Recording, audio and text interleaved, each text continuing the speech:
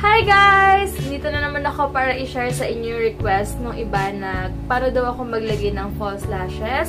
Ayan, so, syempre, ipakita ko muna kung ano yung mga kailangan. Syempre, eyelash adhesive. Ito yung gamit ko, Duo. Nabili ko siya sa HBC ng 40 plus pesos lang siya. And, gamit ko na siya. So far, so good naman siya. And waterproof talaga siya.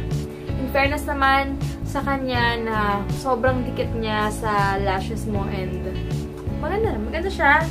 And syempre, kailangan natin ng eyelash curler. Ito, binili ko to sa Watsons. Ang tagal na nito. Feeling ko hindi na nga siya effective pero pwede na.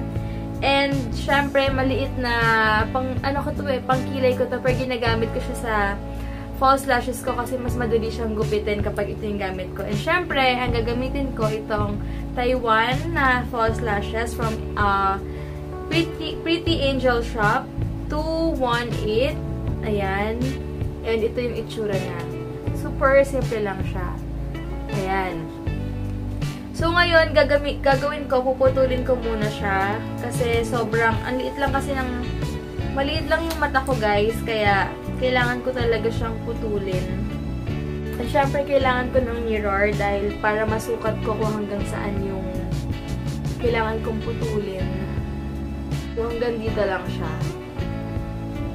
And then, ginagawa ko pala para hindi na ako mahirapan. Ginaganyan ko na lang siya.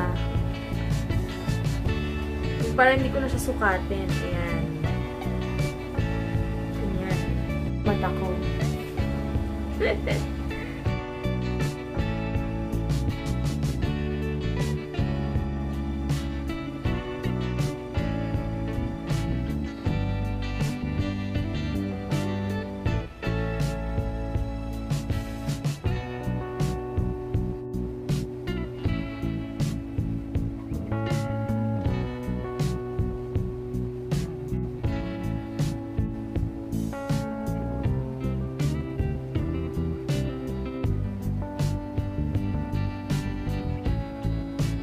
Ayan, so ganyan ako maglagay ng false lashes, guys. And minsan, lalo na pagmadalian, hindi ako naglalagay ng eyeliner. Pero may choice naman kayo. Mas maganda siya kapag may eyeliner, guys. Pero ako, kasi hindi ako masyadong naglalagay ng eyeliner.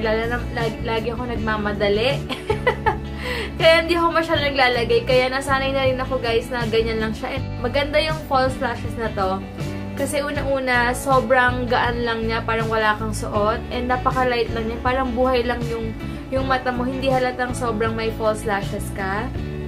Ayan.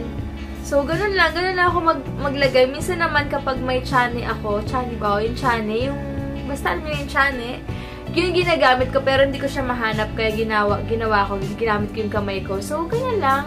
And okay naman yung pandikit niya, guys, kasi madali siyang kumapit and madali siyang matuyo and very light lang talaga siya sa mata. So, yun lang, guys. And sana nagustuhan nyo itong simple video ko. Bye!